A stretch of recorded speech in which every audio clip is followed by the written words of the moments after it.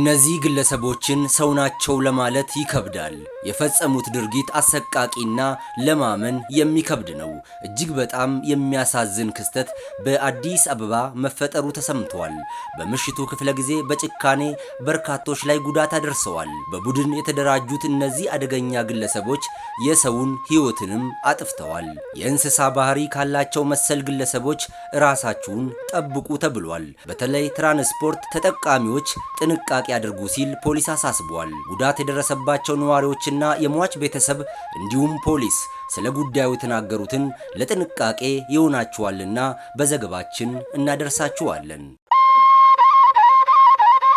ግለሰቦቹ ያሰቡትን ድርጊት ለመፈጸም ተሽከርካሪ ይዘው በተለያየ ጊዜና ቦታ እየተንቀሳቀሱ ትራንስፖርት የሚጠብቁ ሰዎችን የት ናችሁ ብለው በመጠየቅ ወደ ተሽከርካሪያቸው ሲያስገቧቸው እንደነበረ ነዋሪዎች ይናገራሉ።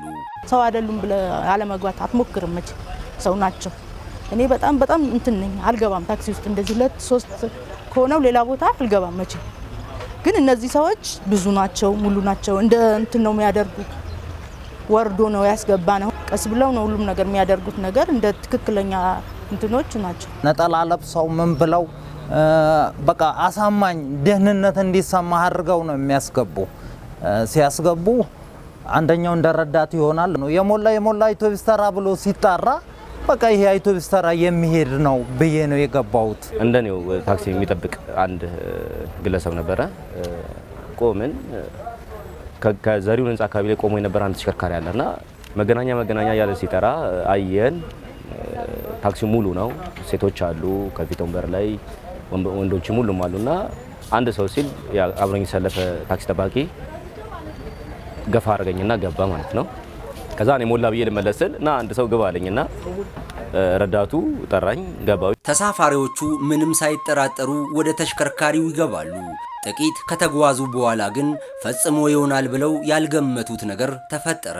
በሰው ልጅ ላይ የማይደረግ የጭካኔ ተግባራቸውን በአሰቃቂ ሁኔታ ፈጸሙባቸው። ከኋላ ያለው ልጅ ጩቤ ያወጣና አንገቴ ላይ ያስቀመጠብኝ።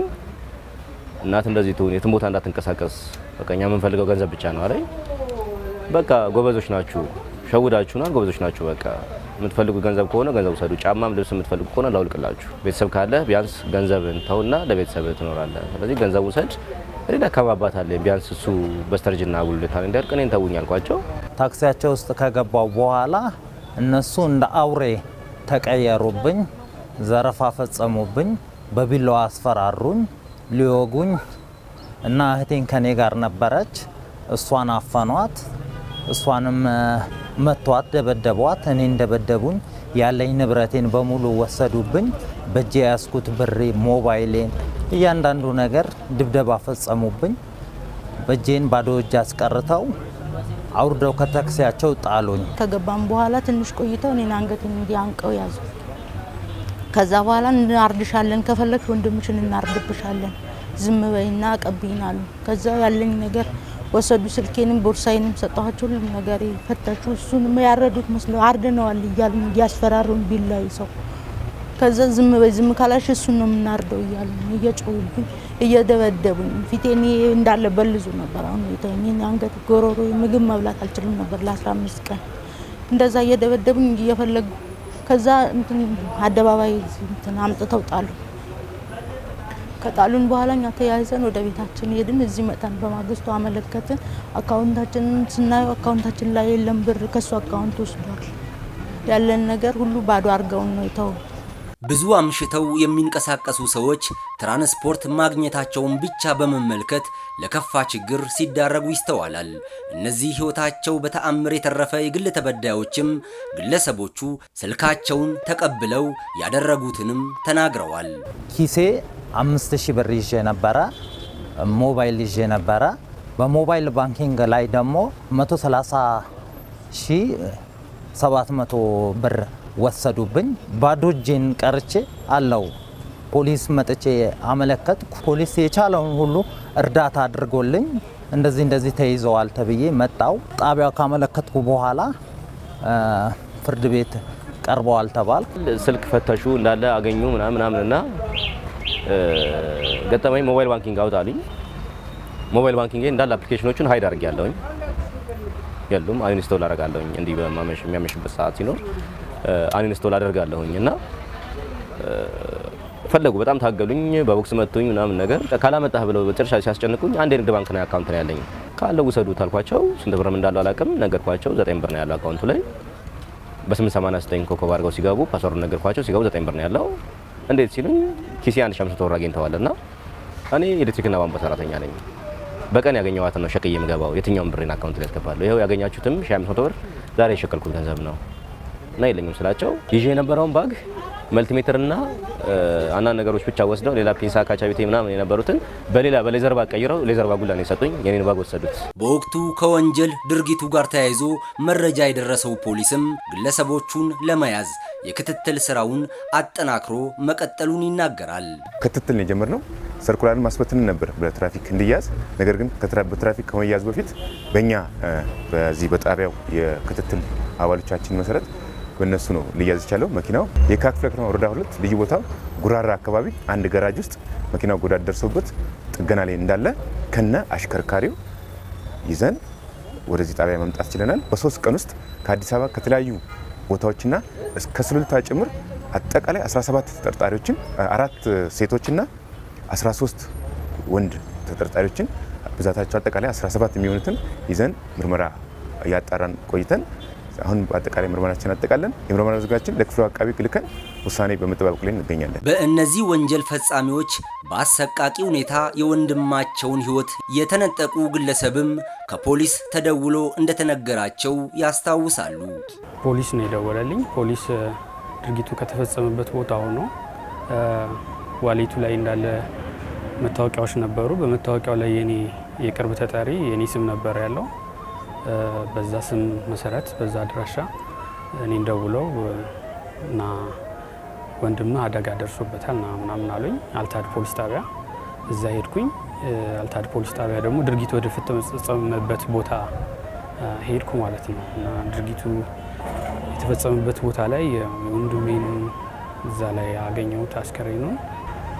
ከዛ ቀጥታ ለምርመራ ወደ ጳውሎስ ሆስፒታል ነው ፖሊሶች የወሰዱት። በዚህ አይነት መንገድ ነው ድርጊቱ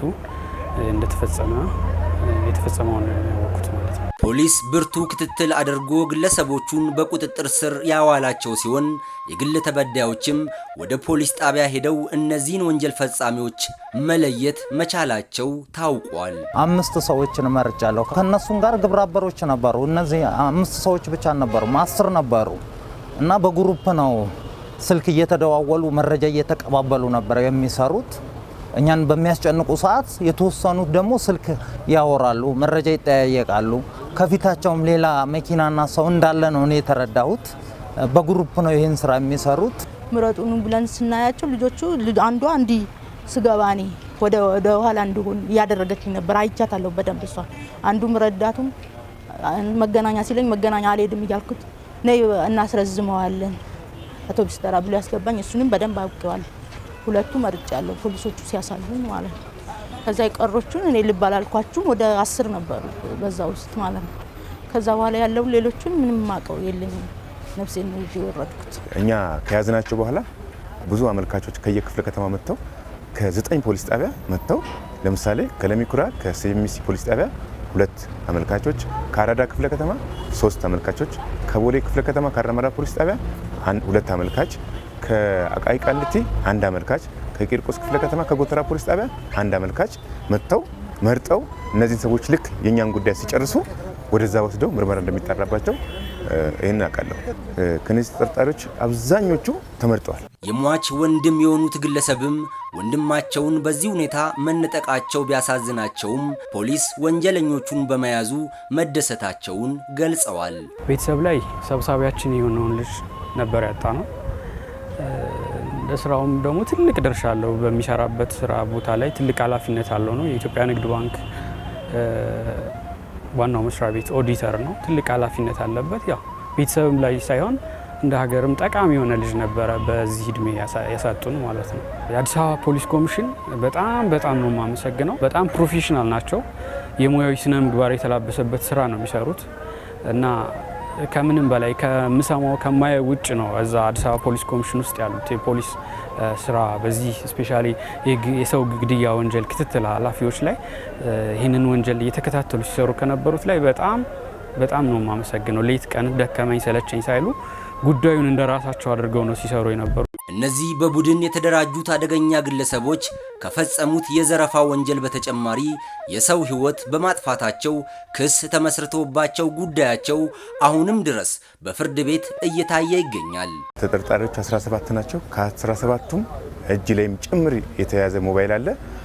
22 ስማርት ስልኮች ተች ስክሪን የሚባሉት የተለያየ ሞዴልና መልክ ያላቸው 12 ደግሞ በተን ስልኮች የተለያየ ሞዴልና መልክ ያላቸው 12፣ አንድ ላፕቶፕ፣ 3 ራውተር ዋይፋይ ራውተር 3 እሱን ይዘናል። ከነዚህ ተጠርጣሪዎች መሀል 3 ተጠርጣሪዎች በዚሁ ተመሳሳይ ወንጀል ሰዎችን የወንጀል ሰለባ ካደረጉ በኋላ አስሮ በሚጥሉበት ወቅት ህይወት አልፎባቸው 3 ተጠርጣሪዎች አዲስ አበባ ፖሊስ ኮሚሽን በግድያ ተጠርጥረው ምርመራ እየተጣራባቸው ናቸው። ሌሎች ደግሞ ወደ 4 የሚሆኑት ደግሞ በዚሁ በሌላ መዝገብ በተመሳሳይ ወንጀል 4ቱ በዚሁ በእኛ ጣቢያ ክስ መስርቶባቸው ቦሌ ከፍተኛ ፍርድ ቤት የውሳኔ እየተጠባበቁ ያሉ ይገኛሉ።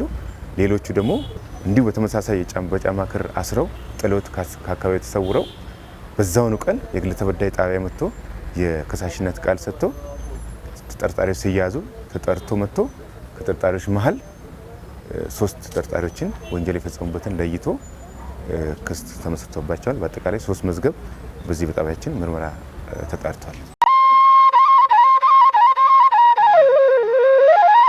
ተመልካቾቻችን እንግዲህ ግለሰቦቹ በፈጸሙት አደገኛ ድርጊት በርካቶች ላይ ከፍተኛ ጉዳት ደርሷል። ይህን ተከትሎም ነዋሪዎች በተለይ ምሽት ላይ ትራንስፖርት ሲጠብቁ አስፈላጊውን ጥንቃቄ እንዲያደርጉና ጥቆማ እንዲሰጡ ፖሊስ ጥብቅ ማሳሰቢያ ሰጥቷል።